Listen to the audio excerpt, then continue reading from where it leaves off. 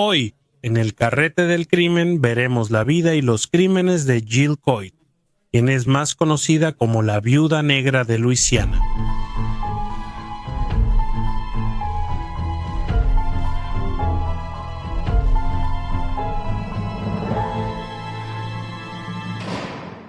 Jill Lonita Billiot nació en Luisiana el 11 de junio de 1944. Tuvo lo que se puede definir como una infancia muy normal, viviendo con su padre, Henry, quien era capitán de remolcador, y su madre, Juanita, quien era ama de casa a tiempo completo. Su familia no era rica de ninguna manera, pero Jill parecía tener todo lo que necesitaba en la vida. Cuando tenía unos 6 años nació su hermano Mark. Ella resentía mucho al nuevo bebé, ya que le encantaba la atención de ser hija única. Durante sus años escolares era popular e inteligente y parecía tener muchos amigos. A los 15 años, Jill decidió que quería mudarse de Luisiana para vivir con sus abuelos en Indiana. En su nueva preparatoria, Jill pronto atrajo la atención de muchos chicos con su apariencia de modelo y su acento sureño. Pronto se fascinó con un joven llamado Larry Eugene Einen, y a los 17 años Jill dejó la escuela para casarse con Larry, que tenía 18 años. Larry comenzó a trabajar como aprendiz de albañil en Wabash, Indiana, pero al cabo de un año, la relación se había deteriorado y Jill solicitó el divorcio. Ella retiró los pocos cientos de dólares que tenían ahorrados de su cuenta bancaria conjunta y regresó a su último lugar para terminar la preparatoria, también en Indiana. Jill luego se inscribió en la Universidad Estatal del Noroeste, donde conoció al hombre que pronto se convertiría en su segundo esposo, Stephen Moore. Cuando Jill tenía apenas 20 años, se casaron y recibieron a su bebé, Stephen Seth Moore. Eso fue al año siguiente, cuando ella tenía 21 años. Sin embargo, poco después de que Stephen nació, la pareja se separó. Menos de un año después, Jill se involucró con otro hombre. Mientras salía una noche en Nueva Orleans, conoció a William Clark Coit Jr., un empresario adinerado que era 15 años mayor que ella. En ese momento, Jill pidió el divorcio de su segundo esposo, Stephen, pero sin que William lo supiera, no esperó a que se concluyera. Antes de casarse con él, el 29 de enero de 1966, Jill tenía solo 22 años en el momento de su tercer matrimonio. William adoptó al hijo de Jill de su segundo matrimonio. 9 meses después, en noviembre de 1966, Jill y William tuvieron otro hijo, William Andrés Coit, conocido como Andrés. En marzo de 1967, 14 meses después de su matrimonio con William, el divorcio de Jill de su segundo esposo, Esteban, se finalizó en Luisiana. Jill y William tuvieron otro hijo en marzo de 1968, a quien llamaron William Clark Coit III. La familia Coit luego se mudó a Texas, donde William continuó trabajando arduamente y le proporcionó a Jill un estilo de vida lujoso que nunca antes había tenido la oportunidad de experimentar. William estaba completamente enamorado de Jill, pero parecería que Jill simplemente estaba enamorada del estilo de vida que él podía ofrecerle. Mientras William trabajaba, Jill tuvo varios romances. William finalmente la enfrentó y la acusó de haberse casado con él solo por su dinero. Con su relación hecha trizas, Jill solicitó el divorcio el 8 de marzo de 1972. Ella se llevó a los niños y vació la casa. Poco después, William retiró varios miles de dólares en efectivo de su cuenta en la cooperativa de crédito Tenneco. Le dijo a un amigo que al menos eso sería algo que Jill no podría tener.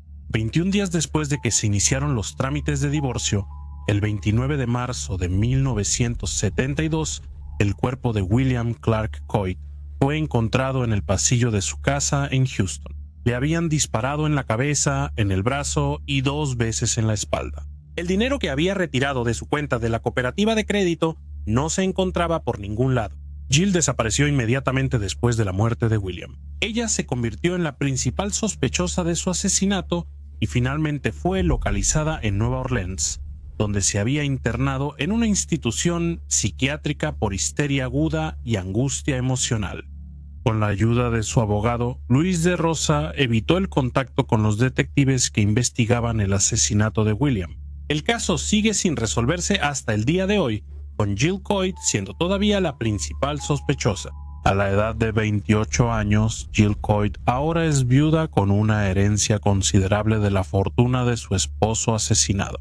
Al año siguiente, en 1973, Jill Coit se muda a California, donde conoce a un rico jubilado llamado Bruce Johansson. Bruce tenía más de 90 años cuando conoció a Jill, y con la ayuda de su abogado, Luis de Rosa, Jill logró convencer a Bruce de adoptarla. En 1973, Jill Coit se casó con su cuarto esposo, el mayor del Cuerpo de Marines de Estados Unidos, Donald Charles Brody. Al año siguiente, en 1974, el anciano Bruce falleció y dejó una gran cantidad de propiedades y dinero a Jill. La herencia fue liquidada nuevamente por su abogado, Luis de Rosa.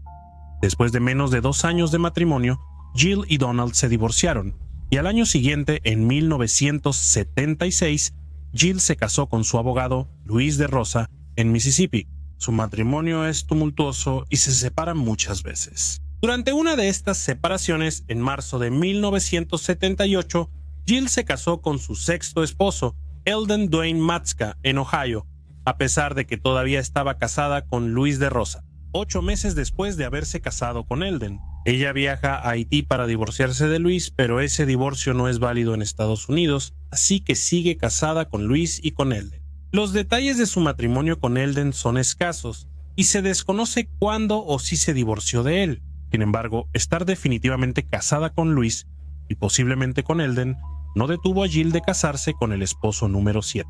El 6 de enero de 1983, Jill se casó con Carlos Steele, un maestro en Indiana. Antes de fin de año, Jill viajó otra vez a Haití, ahora para divorciarse de Carlos. De nuevo, este divorcio no fue legal. A pesar de esto, Jill vació todas sus cuentas bancarias, robó todas sus pertenencias y logró apoderarse de la herencia familiar de Carlos. Carlos luego diría que se sentía afortunado de estar vivo, pues varias veces pensó que Jill planeaba matarlo. No fue hasta 1985 que Jill se divorció legalmente de Luis de Rosa.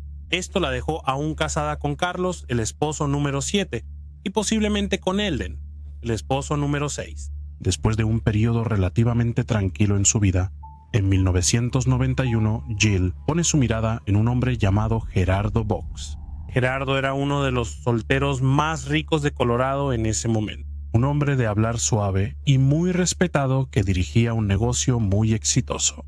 Era un veterano militar y un fotógrafo entusiasta. Poco después de empezar a salir, Jill le dijo a Gerald que estaba embarazada y se casaron poco después. En realidad, Jill se había sometido a una histerectomía varios años antes. Jill y Gerald empezaron a preparar la habitación del bebé y también salieron a comprar muchas cosas para el bebé. Cuando Jill estaba por dar a luz, insistió en ir a su casa en Luisiana para tener al bebé. Cuando regresó de Luisiana, contó la trágica historia de cómo su hija había muerto durante el parto. Gerald tenía muchas sospechas sobre esta historia, y cuando descubrió que Jill todavía estaba legalmente casada con Carl Steele, anuló el matrimonio. Poco después de la anulación, Jill se divorció legalmente de Carl Steele y emprendió acciones legales contra Gerald, buscando un pago de $10,000. Después tuvo una breve relación con Miguel Bachus, un técnico de mantenimiento y reparación de una compañía telefónica, antes de que Jill se mudara a Las Vegas en 1992, donde se casó con el esposo número 9, un suboficial retirado de la Marina de los Estados Unidos llamado Roy Carroll. También se cree que se casó con Miguel Bachus, el ingeniero telefónico, en algún momento de 1992. El caso civil en curso entre Jill y Gerardo se volvió cada vez más amargo. Gerardo comenzó a grabar llamadas telefónicas abusivas de Jill y planeaba presentar pruebas del pasado bígamo de Jill en el juicio civil. Con una audiencia del juicio programada para finales de octubre, la historia una vez más toma un giro siniestro. El 22 de octubre de 1993, el esposo número 8, Gerardo Box, fue asesinado en su casa en Steamboat Springs, Colorado. Había sido aturdido con una pistola eléctrica, brutalmente golpeado y disparado con una pistola. Jill dice que acampaba en Fort Collins con Miguel Bachus durante el asesinato, pero después salió de Estados Unidos y fue a la Ciudad de México. En México pronto comenzó a quedarse sin dinero y luego regresó a Colorado. El 23 de diciembre de 1993, Jill y Miguel Backus fueron arrestados y acusados del asesinato de Gerardo Boggs. En el juicio, el hijo de Jill, de su segundo matrimonio, testificó en su contra diciendo que creía que su madre había matado tanto a Guillermo Clark Coit como a Gerardo Boggs. Le dijo a la policía que su madre le contó cómo planeaba matar a Boggs, y la noche del asesinato ella lo llamó y le dijo: «Oye, cariño, ya terminó y está hecho un desastre». Luego testificó además que vivía con miedo de su madre. Testigos se presentaron para decir que Jill se les acercó con información falsa sobre Gerald para intentar que ellos lo mataran, y cuando se negaron, ella dijo que simplemente tendría que hacerlo ella misma. Además, se encontró una pistola paralizante en el auto de Jill. En marzo de 1995, Jill y Miguel fueron condenados por asesinato en primer grado. Ambos fueron sentenciados a cadena perpetua, y se les impuso una multa de $1 millón para evitar que posteriormente obtuvieran ganancias de sus historias de vida. En noviembre de 1997, Jill apeló su cadena perpetua, pero fue rechazada. Aunque estaba en la cárcel, Jill seguía necesitando la atención constante de los hombres. En 1998, Jill publicó en varios sitios en línea diferentes buscando a su esposo. Una vez que el servicio penitenciario se enteró de estos detalles, fueron eliminados de inmediato de los sitios web. Hoy, Jill tiene 80 años y todavía está detenida en la instalación correccional de mujeres de Denver. Pasará sus últimos días ahí sin posibilidad de libertad condicional. Miguel Backus, de 79 años, está preso en la instalación correccional de Limón, cumpliendo cadena perpetua sin libertad condicional. Así concluye la historia de hoy sobre la viuda negra de Luisiana, Jill Coit. Algunos de ustedes quizá reconozcan esta historia de una que cubrí hace más de 4 años. Pero una vez más escuché la grabación original y decidí que necesitaba ser actualizada.